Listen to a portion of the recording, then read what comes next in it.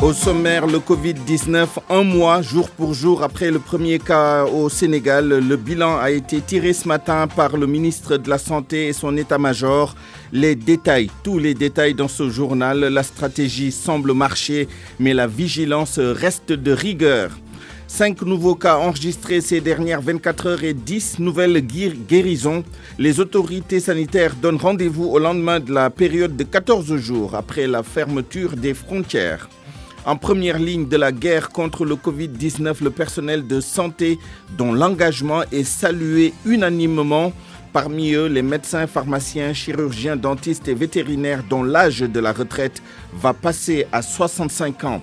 Nous évoquerons la polémique suscitée par l'exclusion des départements de Dakar, Pékin et Rufisque de l'aide alimentaire qui sera distribuée dans le cadre de l'atténuation des effets du Covid-19 sur les ménages les plus vulnérables. Et puis, dans la série des reportages sur les activités et autres métiers les plus affectés par le couvre-feu, nous parlons aujourd'hui des vendeuses de couscous. Les titres de l'actualité internationale avec vous, Youssouf Bodian, bonjour. Bonjour Souleymane, on n'est pas très loin du million de personnes infectées par le coronavirus dans le monde. Plus de 500 000 cas recensés en Europe, l'Espagne a dépassé les 10 000 morts. La Guinée-Bissau, qui compte 9 cas, décrète l'état d'urgence. Pendant ce temps, des jeunes Sénégalais et Marocains se lancent à la fabrication de masques. Ils sont destinés au personnel soignant des deux pays. Au Congo, c'est la foudre qui a tué une vingtaine de personnes dans un quartier de Brazzaville. Le pays a démarré aujourd'hui son confinement. Tout à l'heure, pour le développement de toutes ces informations, l'actualité du Covid au Sénégal, en Afrique et dans le monde, Coronews sera présentée par Sornana Tambaye. Et puis, il y aura Point de vue, notre rendez-vous quotidien avec les deux spécialistes du jour. Nous tirerons également le bilan de la lutte contre le Covid un mois après le premier cas. La mise en onde de ce journal, Alioune Ba. Régie d'antenne, Pape Omar Diao.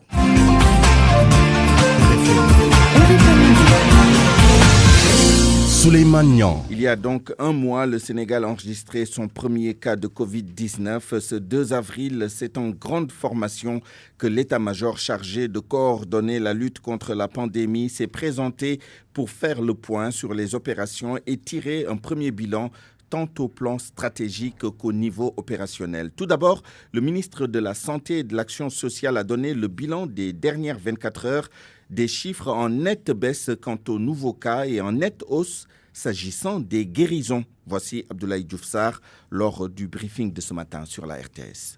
Il s'agit de 2 cas importés et de 3 cas contacts suivis par nos services. Par ailleurs, j'informe que 10 patients hospitalisés sont guéris aujourd'hui et sortiront dans les heures qui suivent.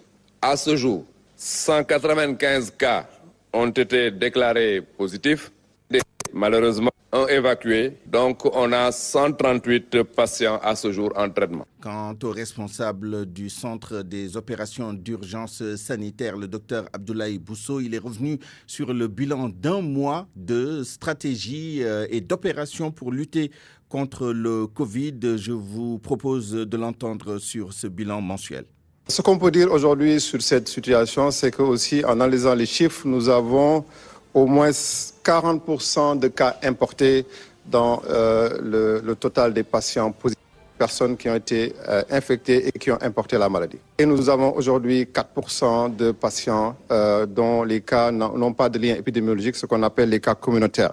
Des questions sont posées sur à quand le pic épidémiologique au Sénégal. Et ce qu'on peut dire, c'est que ce serait hasardeux de donner une date pour le pic au Sénégal. Ce qu'on peut dire, c'est qu'aujourd'hui, avec toutes les mesures de contingence qui ont été prises, nous devrons commencer à ne plus avoir normalement de cas importés. Si on voit aujourd'hui, ces cas importés associés aux cas secondaires constituent 96% des patients que nous avons. Donc si on arrive aujourd'hui à maîtriser ces entrées de nouveaux patients, il nous restera effectivement les 4% qui paraît bas, mais qui vont être très important à partir de la semaine prochaine. Parce que si on n'arrive pas à maîtriser ces cas, l'épidémie peut aller dans un sens qui peut être très difficile pour nous. Donc aujourd'hui, à partir de la semaine prochaine, en principe, on devrait avoir une meilleure visibilité sur un peu la courbe, ce qu'on appelle la courbe épidémiologique au niveau du Sénégal.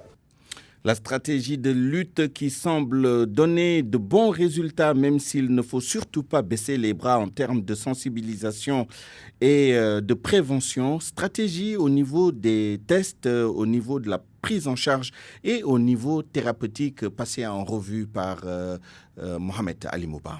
Le Sénégal reste sur son option, celle du dépistage ciblé, les cas suspects et les cas contacts à haut risque. Pas un dépistage massif qui ne se justifie pas, selon Dr Alpha Sall, le directeur de l'Institut Pasteur. Au niveau du Sénégal, il est important d'identifier parmi les cas suspects quels sont les cas confirmés et de suivre les clusters qui sont dans certaines régions. Et cette stratégie correspond à ce que l'on doit faire dans ce genre de situation. Il ne se justifie pas aujourd'hui un dépistage massif qui présente des limites importantes compte tenu des capacités existantes et des aspects logistiques. La situation du Sénégal ne le justifie pas, c'est pourquoi, jusqu'à présent, il a été mis en place cette stratégie. À ce jour, 180 cas de Covid-19 ont été confirmés au Sénégal. 55 guéris, 1 mort, 138 sous traitement. Bilan plutôt satisfaisant. Tous les patients sous traitement spécifique, sous hydroxychloroquine, ont bien répondu. Selon professeur Moussa Sedi, le chef du service des maladies infectieuses à FAN. Les patients sous traitement, notamment sous traitement spécifique, tels que l'hydroxychloroquine, guérissent plus vite. Nous l'avons constaté. Mais les résultats que nous avons constatés nous rassurent et rassurent toute mon équipe et nous allons continuer dans ce sens. Nous allons même mieux, dans les jours à venir, y associer de l'azithromycine, ce qui devrait nous permettre d'avoir de meilleurs résultats. Selon le directeur de l'Institut Pasteur de Dakar, 4 souches de Covid-19 circulent au Sénégal, ce qui veut dire que les cas proviennent d'origines diverses. Et puis, il y a la prise en charge des cas graves. Le Sénégal en a eu 2 à ce jour, dont Pape Diouf, qui malheureusement n'a pas survécu à sa contamination par le Covid-19. L'autre cas a été évacué en France. Le Sénégal dispose de tous les moyens humains, techniques, en termes d'équipement également pour accueillir ces cas graves. Awambaï s'est intéressé à ce point précis de ce briefing du matin. Je vous propose de l'entendre. Les problèmes de la prise en charge du coronavirus sont plus liés à la gestion des cas graves, relève le directeur du SAMU national qui fait le constat au niveau mondial avec le manque notoire de lits de réanimation. Mais le Sénégal, dans son plan de riposte, a anticipé sur la question et a mis en place un dispositif de matériel de réanimation, notamment en lit. Professeur Mamadou Diarabey. Ce qui a été fait au Sénégal, c'est que dans un souci d'anticipation par rapport à la prise en charge de cette épidémie, d'emblée, 56 lits de réanimation ont été préparés et dégagés en tout cas pour répondre à cette riposte. Et ces lits sont répartis à Dakar dans différents hôpitaux. En dehors de ces 56 lits, je voudrais rassurer, il y a encore 40 lits qui sont en cours, en tout cas, de mise à disposition au niveau des autres hôpitaux. Je peux citer l'hôpital Aristide Le Dantec qui a déjà mis en place un certain nombre de lits de réanimation dans un centre dédié.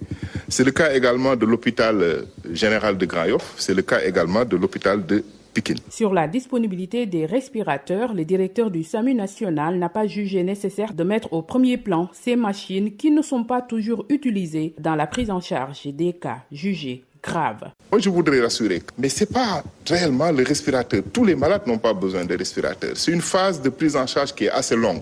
Donc, il y a vraiment une étape essentielle. Ce n'est pas tous les malades qui ont besoin de respirateurs. Mais malgré ça, quand même, beaucoup d'efforts ont été faits pour la mise à disposition, en tout cas, de respirateurs, de réquisition même de respirateurs. Le Sénégal a enregistré 2 cas graves et l'un était sur le point d'être. Le Sénégal a enregistré 2 de réquisition même de respirateurs. Le Sénégal a enregistré 2 cas graves et l'un était sur le point d'être. Le Sénégal a enregistré 2 cas graves et l'un était sur le point d'être transféré en réanimation et le patient a perdu la vie. Il s'agit de Pape Diouf. Le deuxième cas est évacué et la mesure n'a rien à voir avec la qualité du plateau technique au niveau national, renseigne le directeur du SAMU qui souligne une bonne organisation des différentes équipes dans la prise en charge des cas graves au Sénégal. S'agissant du déficit perçu ou réel d'équipements médicaux et de combinaisons de protection au centre de traitement des patients atteints de Covid-19 à Ziguinchor, l'Agence nationale de relance relance des activités économiques et sociales en Casamance apporte son soutien. Une enveloppe de 2 millions de francs CFA a été attribuée à la cellule locale, Lamine Ba. Suivre des centaines de personnes confinées à domicile en plus de soigner les malades déclarés positifs du coronavirus requiert beaucoup de moyens, ce qui fait énormément défaut au centre de traitement du coronavirus de l'hôpital régional de Ziguinchor. L'Agence nationale de relance des activités économiques et sociales a décidé d'appuyer le comité de riposte régional en mettant à sa disposition une enveloppe de 2 millions. Ismaël Diédiou, porte-parole du jour. Notre direction générale a travaillé à mobiliser déjà cette enveloppe de 2 millions pour pouvoir déjà permettre à ce comité régional de pouvoir démarrer les activités, pas démarrer, mais de pouvoir renforcer un peu les activités que le comité était en train de dérouler sur le terrain pour assurer la prise en charge des personnes infectées, mais travailler à sensibiliser, à informer les populations pour éviter la propagation du coronavirus dans la région de Ziguinchor. Un geste dont se félicite le comité régional de gestion des épidémies. Professeur Ansoumana Diatta porte la parole du dit comité. Ce geste, comme je l'ai dit tout à l'heure, est un geste important. Important parce qu'il arrive à un moment où nous sommes vraiment dans le besoin. Dans le besoin, prendre en charge, disons, pour réhabiliter, accompagner, sinon revoir le site de prise en charge. Un site qui se trouve dans une région très périphérique. Le comité régional de gestion des épidémies a lancé un vibrant appel en direction des cadres de la région, les exhortant à contribuer à l'élan de solidarité autour de l'amélioration des conditions de prise en charge des malades du Covid-19. Lamine Ba, Ziguinchor, Radio Futur Média. Toujours dans l'actualité du Covid, le département de Mbour a enregistré 2 nouveaux cas positifs de coronavirus, ce qui porte le nombre total à 13 personnes contaminées. Malgré tout, les populations n'ont pas changé de comportement. Des regroupements sont toujours notés dans des lieux comme le quai de pêche et le marché central. C'est pourquoi le préfet Talatine n'exclut pas de prendre d'autres mesures pour remédier à cette situation. Vous entendrez la correspondance de Abdourahmane Diallo dans nos prochaines éditions. Et puis, une des 4 familles confinées à Touba a été libérée. L'annonce est du gouverneur de région. Il annonce par ailleurs que ces familles font l'objet d'un suivi psychologique dans leur foyer. RFM, l'info, c'est ici. L'info, c'est ici. Les médecins, chirurgiens, dentistes, pharmaciens et docteurs vétérinaires vont désormais partir à la retraite à 65 ans. Une décision adoptée hier en Conseil des ministres à travers 2 projets de loi. Les explications d'Elhaj Ndiogoudjen. Contrairement aux autres catégories socio-professionnelles, le corps médical bénéficie d'un allongement de l'âge de la retraite qui passe de 60 à 65 ans. Cette décision, selon des informations recueillies auprès du ministère du Travail, est la matérialisation d'un accord signé entre le gouvernement et le SAMES, le syndicat autonome des médecins du Sénégal, il y a 1 an et demi. Ce syndicat en avait d'ailleurs fait une de ses principales revendications. L'État a jugé légitime cette doléance puisque les médecins, pharmaciens, chirurgiens, dentistes et docteurs vétérinaires font de longues études, ce qui fait qu'ils intègrent la fonction publique âgée. Conséquence, beaucoup partent à la retraite sans atteindre le nombre d'années pour les autres corps. En plus, le système a besoin de l'expertise de ces personnes aussi bien dans le public que le privé. Cet allongement de l'âge de la retraite des médecins, docteurs vétérinaires, pharmaciens et chirurgiens dentistes a entraîné une modification de l'article 69 du Code du travail. Cet article 69 fixe l'âge de la retraite à 60 ans, conformément au régime national d'affiliation en vigueur au Sénégal.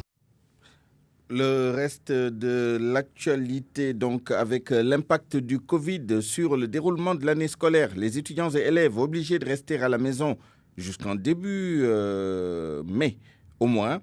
Les acteurs du milieu, tous d'accord sur cette décision de l'État, ont proposé des alternatives. Je vous rappelle que cette décision a également été prise hier lors de la réunion du Conseil des ministres. Cher Tidiane Diagne. Les élèves et les étudiants vont encore rester à la maison jusqu'au 4 mai prochain.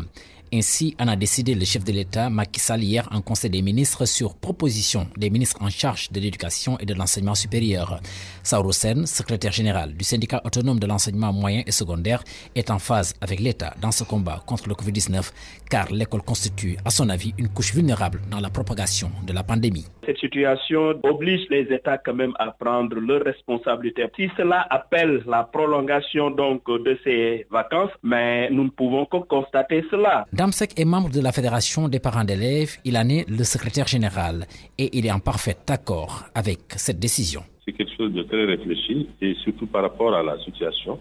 Il faut sécuriser nos enfants, car l'école peut devenir un vecteur de propagation. Et là, vraiment, il faut s'en tenir aux directives. Il est vrai que l'année scolaire est presque hypothéquée. Cependant, il y a encore un brin d'espoir pour sauver l'essentiel.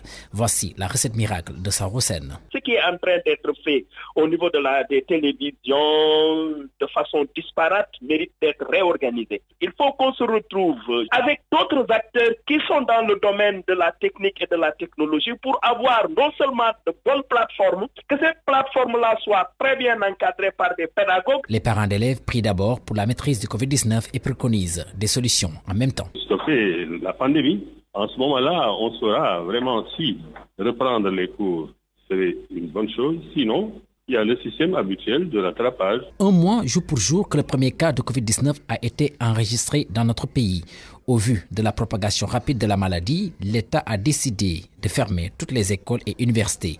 Après une évaluation de la situation, les vacances scolaires forcées ont été prolongées pour circonscrire la pandémie qui a déjà contaminé plus d'une centaine de personnes au Sénégal. Voilà pour les mesures qui ont été prises hier en Conseil des ministres concernant la retraite des médecins, chirurgiens, dentistes, vétérinaires et pharmaciens et sur la prorogation de la période de suspension des enseignements dans les écoles et universités du Sénégal. Il est 12h17. Parlons maintenant du stress et de la peur qui rythment désormais le quotidien des Sénégalais depuis l'annonce des premiers cas de Covid-19. La méfiance est bien au rendez-vous. Voici le reportage à ce sujet de Salimata Aou. Un virus qui a fini par installer la peur totale dans tous les foyers. Un mois après son apparition au Sénégal, chacun se méfie. Un stress permanent nous confie ce père de famille. Le virus ne reconnaît pas l'appartenance sociale au Sénégal. Ça veut dire que ça peut attaquer n'importe quel individu. La solution est que tout le monde suive les barrières recommandées par l'État et les autorités sanitaires. Êtes-vous stressé en tant que père de famille? Sûrement avec les enfants, sûrement. Les mesures que j'ai prises, c'est-à-dire le confinement des enfants, avec les mesures sanitaires comme se laver les mains tous les 2 heures avec du savon et utiliser aussi les gels hydroalcooliques. Faire des courses est devenu presque impossible pour bon nombre de personnes, à l'instar de cette mère de famille. En allant au marché, tu rencontres beaucoup de gens. Ils peuvent être malades sans le savoir. Les transports en commun, c'est stressant à la limite. C'est très risqué. Avec les nombreux cas de décès liés à cette pandémie, Paco est catégorique. Plus de visites. Trop stressé, on a peur. Vraiment, on est inquiet, quoi. Oui. À ce moment-là, on dirait que ça dépasse l'ordinaire. Tous les mesures que le président a prises, on est inquiet. Que le virus n'épargne personne. Nous, on a tout limité. Même le boulot, on a limité. On a même presque arrêté, quoi. On va au boulot contre nos gré, mais non, il n'y a plus de visites. Le respect des gestes barrières est prôné par la plupart de nos interlocuteurs. Seulement, ils se désolent de l'inconscience de certains qui, à la longue, n'épargnera personne. Évoquons maintenant les conséquences des restrictions imposées dans le cadre de la lutte contre le Covid-19.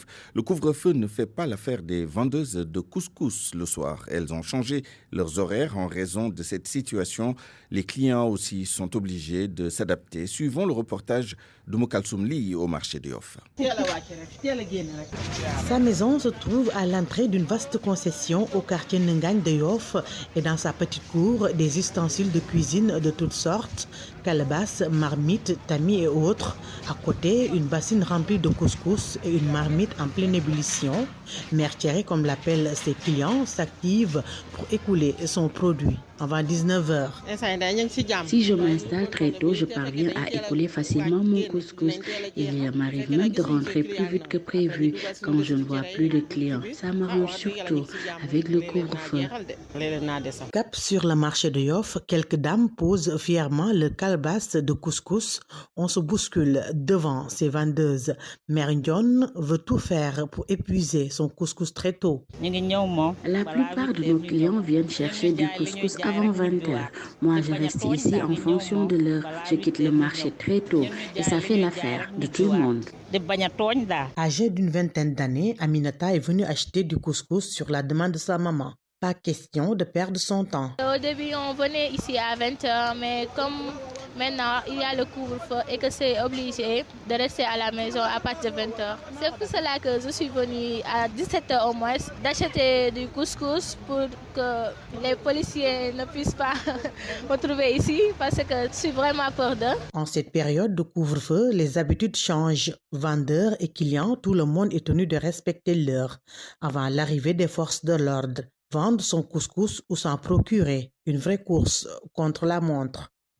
Et puis, il y a cette polémique autour de l'aide alimentaire accordée aux personnes démunies qui exclut donc les départements de Dakar et la grande banlieue de Dakar. À Pikine, les concernés prient l'État de reconsidérer sa position. Abdou Diouf Diagne.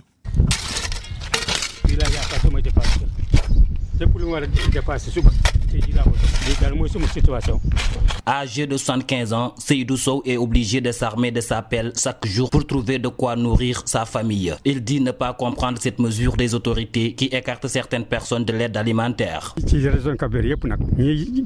Les autorités devaient recenser toutes les familles démunies de la région de Dakar. Il y a ici des personnes qui ont besoin de cette aide. Comment on peut parler de l'aide et laisser les autres personnes démunies? Moi, personnellement, je ne comprends pas cette démarche des autorités. Nous allons souffrir.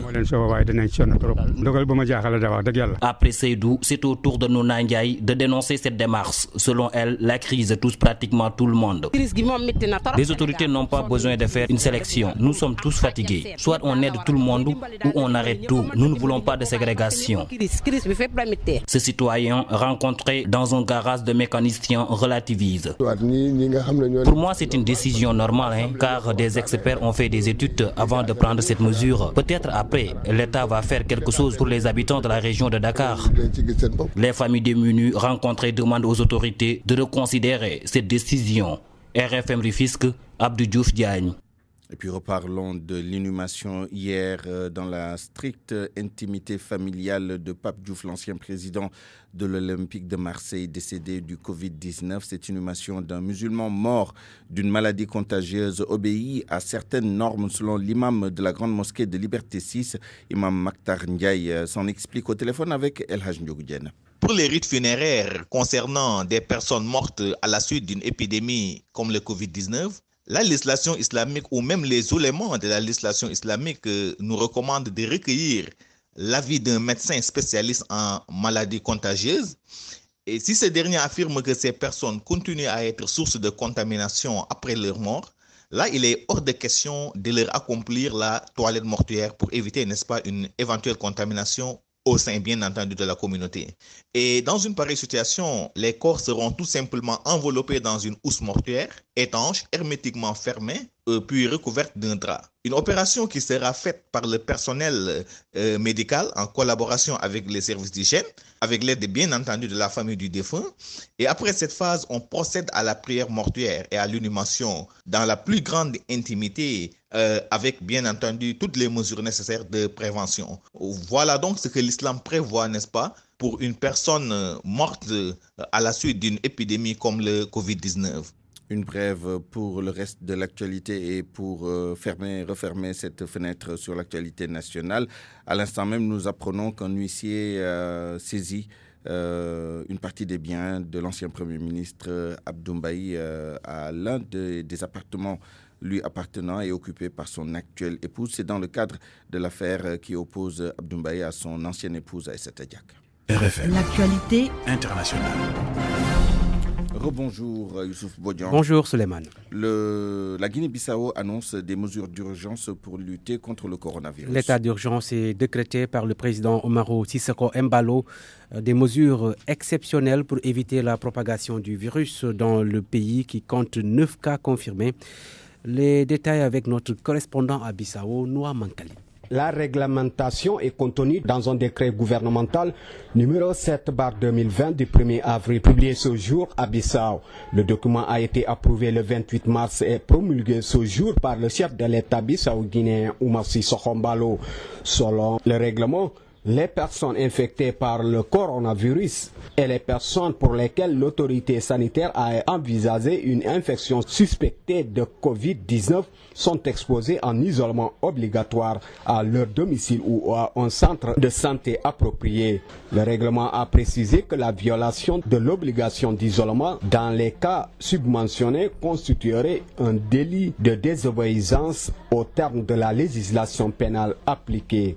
Le décret limite la circulation des personnes dans les rues et les voies publiques sur tout le territoire national à l'exception de la période de 7h à 11h pour acheter et vendre des produits et des biens essentiels. Parallèlement, les restaurants, pâtisseries et boulangeries peuvent être exploités en mode prêt à emporter.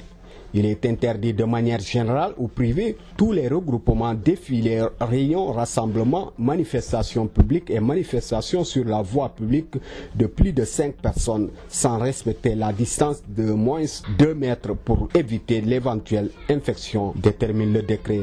Jusqu'à nos jours, la Guinée-Bissau n'a enregistré que 9 cas confirmés de Covid-19 et 30 autres suspects sont en phase d'analyse. Nouama Bissau, RFM. Au Botswana, fin de quarantaine pour le chef de l'État. Mokwetis Masisi, en isolement depuis plus de 2 semaines, a reçu l'autorisation d'en sortir. C'est après qu'il a été testé négatif au nouveau coronavirus. Le président botswanais était en voyage officiel en Namibie, ainsi que les présidents zimbabwéens et angolais. Le Botswana compte à ce jour, Suleiman, 4 cas confirmés, dont un décès. Un projet de fabrication de masques sanitaires lancé au Maroc. C'est une initiative d'ingénieurs, entrepreneurs et médecins marocains et sénégalais. Ces masques sont destinés au personnel de santé des 2 pays. La capacité de production est environ de 2000 masques par jour. Un des membres du collectif appelé Ingénieurs contre Covid-19 West Africa, Mohamedou Lamine Nian, interrogé par notre correspondant au Maroc, Khadim Baye. Ce que nous faisons, c'est la réalisation de visières, qui est un EPI utilisé par le corps médical, qui protège les muqueuses du visage, notamment les yeux, le nez et la bouche, qui sont les 3 principaux canaux par où passe le virus du Covid. Et nous distribuons gratuitement ces visières au corps médical qui en a énormément besoin et ça nous le faisons grâce au bénévolat des personnes engagées. Donc ce que nous avons proposé, c'est de dupliquer ce modèle au Sénégal, chose qui a bien réussi grâce à l'équipe formidable que nous avons, vraiment des gens pétris de talent, très engagés, des dirigeants, des médecins, des entrepreneurs que je salue et que je remercie vraiment pour le gros du travail qu'ils font. Je salue particulièrement Demba car c'est lui qui réalise qui a réalisé les premiers prototypes. Donc là, nous sommes à une modeste production, mais nous allons rapidement, grâce à des partenaires, passer à une production industrielle et donner gratuitement aussi des visières au corps médical sénégalais qui en a aussi besoin, dans l'objectif de lutter humblement contre ce Covid qui nous fait mal à nous tous. Donc nous avons le devoir, tout un chacun, de faire le maximum pour arrêter sa progression. Pendant ce temps, dans le monde, on s'approche de la barre 2 millions de cas positifs au coronavirus. Selon les derniers chiffres, 938 000 personnes sont infectées dans 180 pays. L'Europe compte le plus grand nombre, 500 000 cas pour plus de 30 000 décès. L'Espagne a dépassé aujourd'hui la barre de 10 000 morts. Suleiman. Des chiffres qui évoluent de minute en minute. À l'instant même, 952 171 cas dans le monde. La foudre a fait des victimes au Congo. Une vingtaine de personnes sont mortes électrocutées hier à Kintélé, dans la banlieue de Brazzaville. Un drame qui intervient au premier jour du confinement de la population congolaise. Les détails avec Binta Diallo. Une banlieue de Brazzaville a été foudroyée dans la nuit d'hier à aujourd'hui. Bilan 10 morts et le bilan risque de s'alourdir selon les autorités sanitaires. La foudre a frappé une ligne haute tension à Kintélé, sectionnant 2 câbles de la Société nationale d'électricité du Congo. L'un des câbles s'est affaissé sur une maison, l'incendiant en partie et tuant du coup les 3 occupants. Les voisins qui ont tenté de les secourir ont été à leur tour électrocutés parce qu'il y avait des flaques d'eau. Les corps des victimes ont été déposés à la morgue de l'hôpital de Talangaï et 13 autres à la morgue municipale du CHU. Les blessés graves transférés à l'hôpital de référence de Talangaï. Le drame, selon BBC Afrique, est survenu au premier jour du confinement de la population à cause du Covid-19 qui touche Le Congo de Denis Sassou Nguesso. En Algérie, il y a un an, Abdelaziz Bouteflika a quitté le pouvoir. Après 23 ans de pouvoir, l'ancien chef d'État a été obligé de démissionner sous la pression de la rue. Depuis lors, Bouteflika s'est retranché dans sa résidence médicalisée de Zeralda, Sodacham. Depuis un an, l'ancien président, qui se faisait déjà rare depuis son attaque cérébrale en 2013, n'a plus fait d'apparition publique. Peu d'informations filtrent sur le quotidien d'Abdelaziz Bouteflika. Âgé de 83 ans, l'ancien dirigeant se trouverait toujours dans sa résidence médicalisée de Zeralda, sur la côte méditerranéenne, à une quinzaine de kilomètres d'Alger. Il sortirait et recevrait peu, selon RFI.fr. Il ne s'est d'ailleurs pas rendu aux urnes pour la présidentielle du mois de décembre dernier. C'est l'un de ses frères qui a voté pour lui par procuration. Si l'ancien chef de l'État compte encore des partisans, une partie des Algériens considère qu'il fait déjà partie du passé, après des années à s'interroger sur son état de santé. La question, qui en revanche est régulièrement soulevée par certains, est celle de savoir s'il sera un jour traduit en justice. En tout cas, plusieurs procès de proches collaborateurs de l'ancien président se sont tenus ces derniers mois. 2 ex-premiers ministres ont été condamnés à 15 et 12 ans de prison pour corruption. Le frère et ex-conseiller de l'ancien président Saïd Bouteflika a lui-même été condamné à 15 ans de détention pour complot, tout comme 2 anciens chefs des renseignements. Sodacham, Suleiman, c'est tout pour les infos inter. Merci Youssouf Bodian. RFM, la radio de toute l'actualité. L'actualité du Covid-19 dans le monde, en Afrique et au Sénégal avec Sorna Natambaye. À ce jour, plus de 946 000 personnes dans le monde sont infectées par le Covid-19 dans 187 pays et territoires et plus de 48 000 décès sont enregistrés. L'Italie reste le pays où la pandémie a tué plus de monde avec à ce jour 13 000 morts, même si le nombre de nouvelles contaminations ralentit. Le personnel médical s'inquiète tout de même des convalescents qui quittent les hôpitaux dès les premiers signes de guérison alors qu'ils restent contagieux. L'Italie est suivie par sa voisine l'Espagne qui atteint ce 2 avril la barre des 10 000 morts, 950 décès en 24 heures. D'après le directeur du centre d'urgence sanitaire, le pays est au pic de la contagion. Et l'une des conséquences, c'est le taux de chômage qui a bondi avec près de 332 000 nouveaux demandeurs d'emploi, selon le ministre du Travail. Ces chiffres sont les plus élevés jamais observés dans les statistiques du chômage. C'est aux États-Unis que progresse le plus rapidement la maladie, avec 215 000 contaminés et 5 000 morts. 85% de la population sont désormais confinés. Le pays se prépare à être le nouvel épicentre de la pandémie après la Chine et l'Europe. La ville de New York est la plus touchée et des aides viennent de partout. Même la Russie a envoyé un avion chargé d'aide humanitaire dans la mégalopole. Pour le moment, le confinement reste le moyen le plus efficace pour lutter contre la propagation du coronavirus. Des pays, à l'instar de la Sierra Leone, avec un seul cas pourtant, et de l'Érythrée, 15 cas, ont finalement pris cette mesure hier, mercredi, alors que d'autres comme l'Allemagne, le Portugal ou l'Italie ont décidé de prolonger la durée de confinement. Maintenant, la question essentielle de la disponibilité de la nourriture dans le monde se pose. La FAO, Organisation des Nations Unies pour l'alimentation et l'agriculture, l'OMS, l'Organisation mondiale de la santé, et l'OMC, l'Organisation mondiale du commerce, ont évoqué des incertitudes qui peuvent déclencher une vague de restrictions à l'exportation et donc une pénurie sur le marché mondial. Les 3 organismes onusiens soulignent qu'il est important d'assurer les échanges commerciaux en particulier afin d'éviter les pénuries alimentaires. Concernant les contaminations, le ministre israélien de la Santé, l'ultra-orthodoxe Yaakov Litzman, a été testé positif au Covid-19, entraînant ainsi un retour à une quarantaine préventive du Premier ministre Benjamin Netanyahou. L'Afrique est moins impactée que le reste du monde. L'Algérie en est à son 58e décès pour 846 cas. En Chine, d'où tout est parti, le pays semble avoir jugulé la maladie.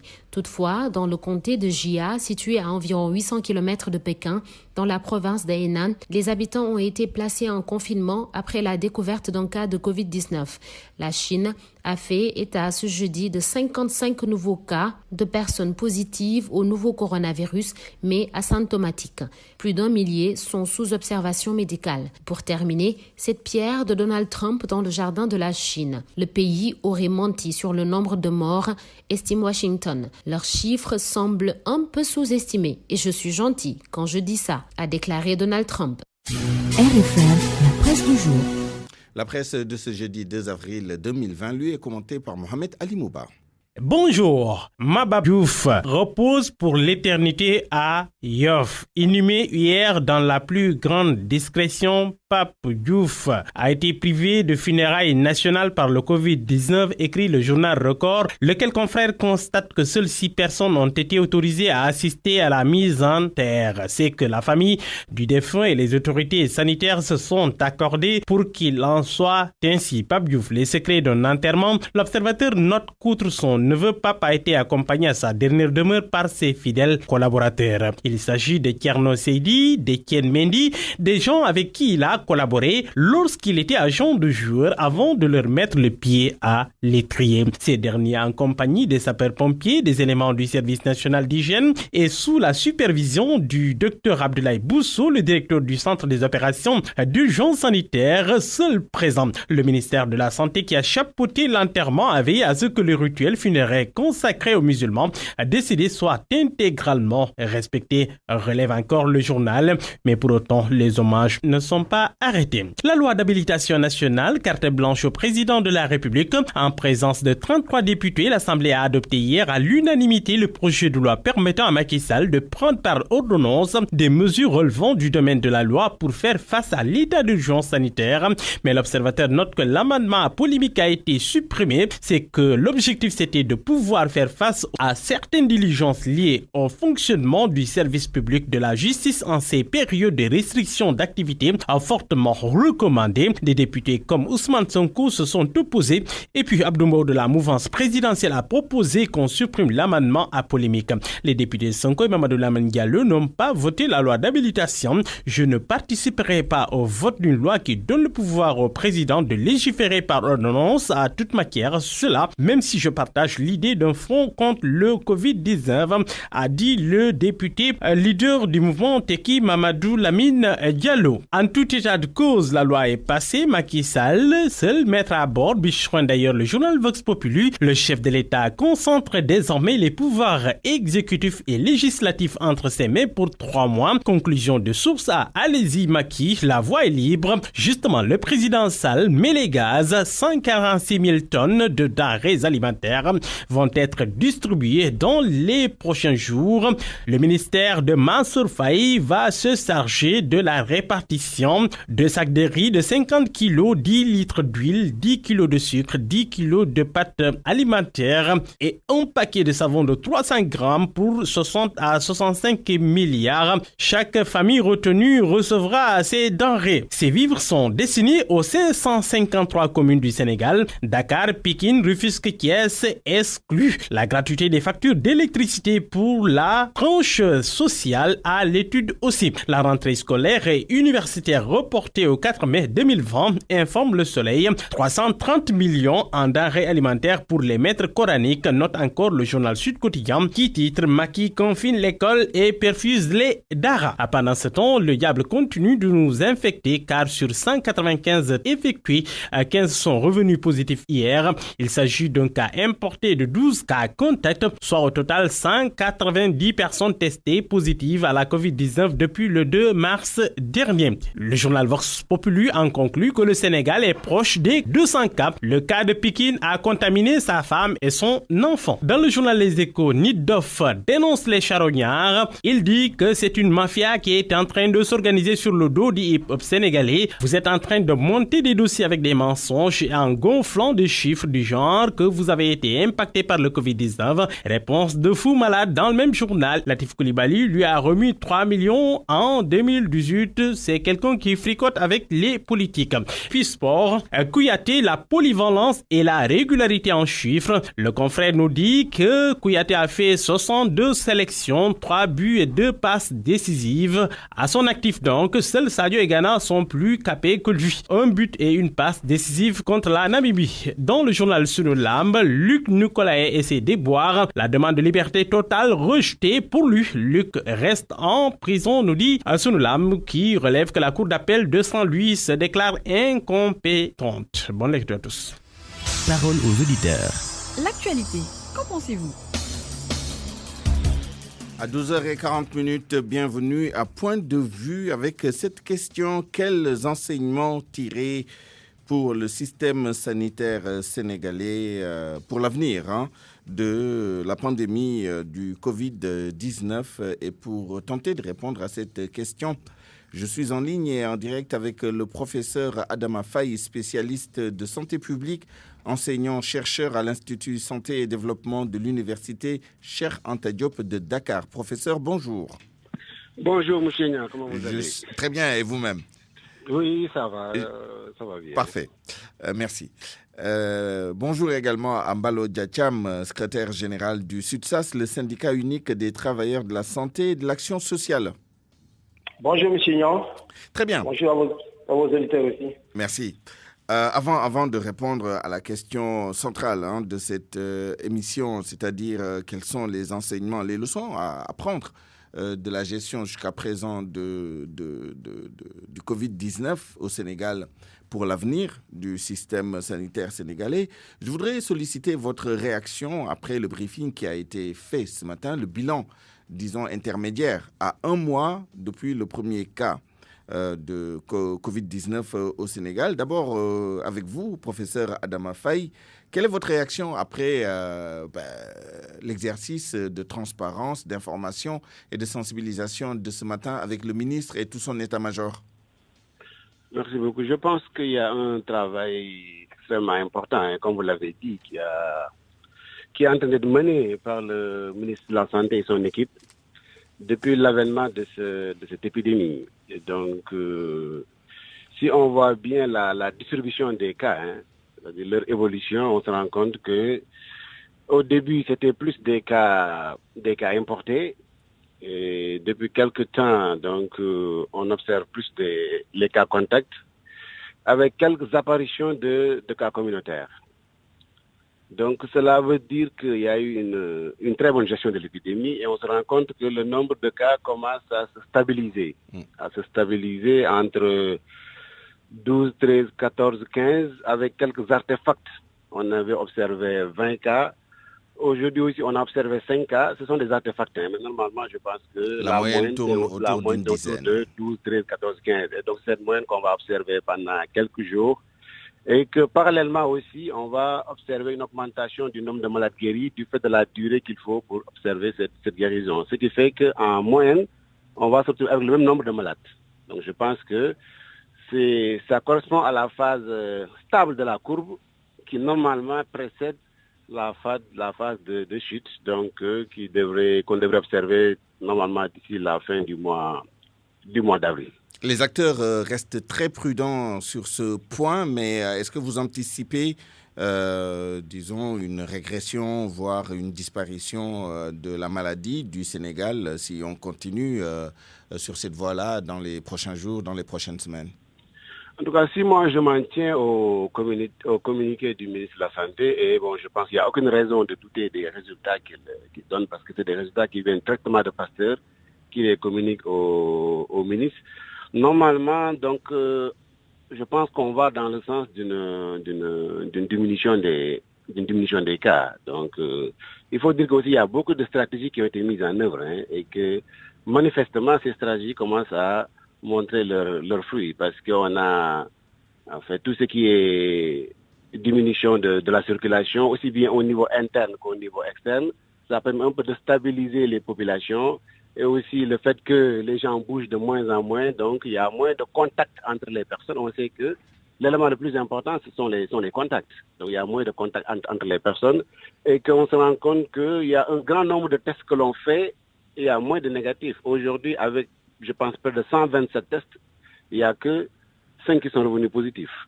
Et je pense que moi, j'avais observé dans mes analyses qu'on était en ratio de 10-12. C'est-à-dire que chaque fois, quand on fait 10 tests, il y a un qui revenait positif. C'est ce ratio que j'ai observé. Aujourd'hui, le ratio a baissé, mais aujourd'hui, je pense que c'est aussi, on peut le considérer comme un artefact. Parce que normalement, je pense qu'on devait être situé vers 10-11, comme ça, en attendant d'avoir une réduction progressive. Donc, quand vous dites artefact, c'est une sorte d'aberration, de résultat, disons, qui ne reflète pas forcément la tendance. En fait, d'après l'observation que nous avons et que j'ai, et l'analyse que je fais, Donc si demain on se retrouve avec 10 cas, il ne faut pas que les gens soient surpris. D'accord, il y a des événements extrêmes, effectivement. Oui, c'est ça. Des fois on a 20 cas, des fois on a un petit nombre, mais normalement ça doit se situer entre 12 et 15 cas par c'est la dispersion autour de la moyenne, effectivement, une sorte d'amplitude entre le plus haut et le plus bas. Très bien. Laissez-moi introduire Mbalo Diatiam pour lui demander de nous donner sa réaction. Qu'est-ce que vous avez retenu de l'exercice de ce matin? Quelles sont les leçons que vous en tirez? Bon, je vous remercie. Je pense que ça a été un exercice de transparence qui a permis à chaque spécialiste dans le domaine qui le concerne de nous faire l'état des lieux donc, de la gestion de cette pandémie. Nous avons entendu le professeur Seydi, tout comme le professeur en charge de la CMU. Nous avons entendu tout ce beau monde. Bon, les chiffres qui nous ont été donnés donc, sont des chiffres assez rassurants, mais nous pensons aussi qu'il y a beaucoup de travail à faire parce que la question du confinement, pour ne pas dire les mesures qui sont déjà prises, donc ne sont pas respectées par endroit. Et aussi, il y a toujours ce risque de propagation de ce virus, parce qu'au niveau des transports en commun, tout comme aussi la question des marchés pose problème, et aussi par endroit la question, disons, de plusieurs endroits où on fait du commerce. Alors, nous voyons aussi que souvent aussi les règles d'hygiène donc, ne sont pas appliquées aussi par endroit, à tel enseigne que nous ne devons pas dormir sur nos lauriers. Surtout que Dakar constitue aussi une problématique. Si on sait qu'il y a l'éclatement, disons, de ce virus dans la région de Dakar, donc il faut aussi se méfier de ces chiffres-là. En tout cas, nous devons être encore pessimistes pour mieux appréhender, disons, les conséquences, disons, de ces mesures. Et qu'est-ce que vous pensez de la stratégie qui semble quand même donner de bons résultats, tant au plan de la stratégie de testing, l'approche des tests, ne pas faire des tests massifs et cibler davantage sur les personnes effectivement malades, les contacts à haut risque et les malades suspects, enfin disons les contacts suspects, la prise en charge thérapeutique avec l'utilisation progressive de l'hydroxychloroquine et très bientôt de l'azithromycine, etc., ainsi que la répartition des lits. Tout ça semble vraiment très bien orchestré et semble donner des résultats. Bon, bien sûr, les résultats sont probants parce que sur la question donc, du traitement, nous n'avons pas de choses à ajouter sur les déclarations du professeur Fedi, qui est un homme de l'art, qui a fait ses preuves. Donc, mais dans tous les cas aussi, il a bien dit que la chloroquine est en l'état, disons, de test. On est en train de voir comment ça va se passer avec une autre molécule. Donc, nous pensons que tant qu'on n'a pas de médicaments et que cette solution de fortune-là règle la question de fond, donc nous pensons qu'on doit l'encourager à traiter.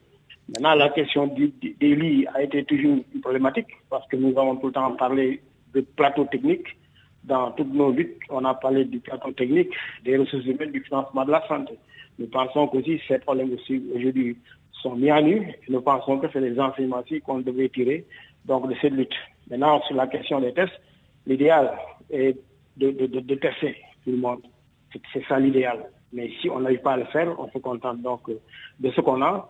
Parce qu'aujourd'hui, la question fondamentale, c'est qu'un malade qui vient de manière brute, il rencontre soit un infirmier chef de poste ou bien un agent de santé communautaire. Et si toutefois donc, on découvre qu'il est atteint de la maladie, donc non seulement on le confine, on prend aussi le personnel, on le met en quarantaine.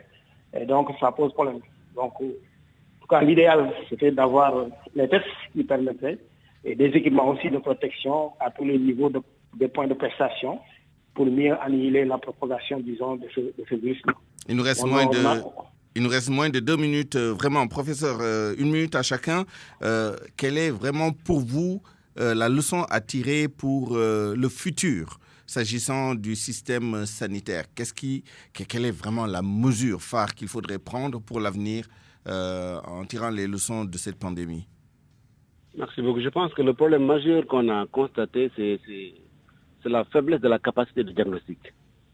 Parce qu'on se rappelle très bien qu'en 2014, en fait, tous les résultats, c'est un seul laboratoire qui le faisait, c'était Pasteur.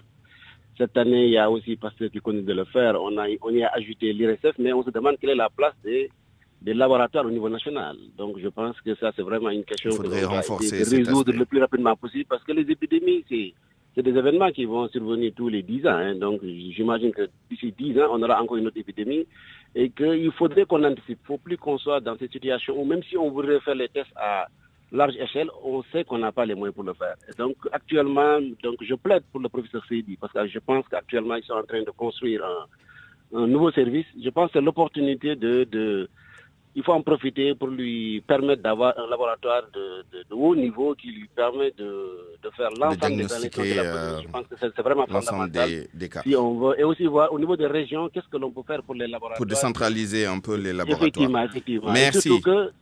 Merci beaucoup. Merci. Malheureusement, nous arrivons au terme du temps qui nous était imparti. Merci à tous les deux. Nous vous retrouverons dans l'édition en Wolof tout à l'heure à 12h50. C'est la fin de cette édition du Grand Journal. Je vous remercie de l'avoir suivi. Merci à toute l'équipe qui a contribué à sa réalisation. Les uns en présentiel, les autres en télétravail. À 13h, rendez-vous avec Mamadou Mohamed Ndiaye pour la grande édition de la mi-journée en Wolof. Tout de suite, Allo Présidence. Excellente suite des programmes sur Radio Futur Média. Excellent après-midi. Prenez bien soin de vous et continuez de bien respecter les gestes barrières pour vous protéger du coronavirus Covid-19. Au revoir.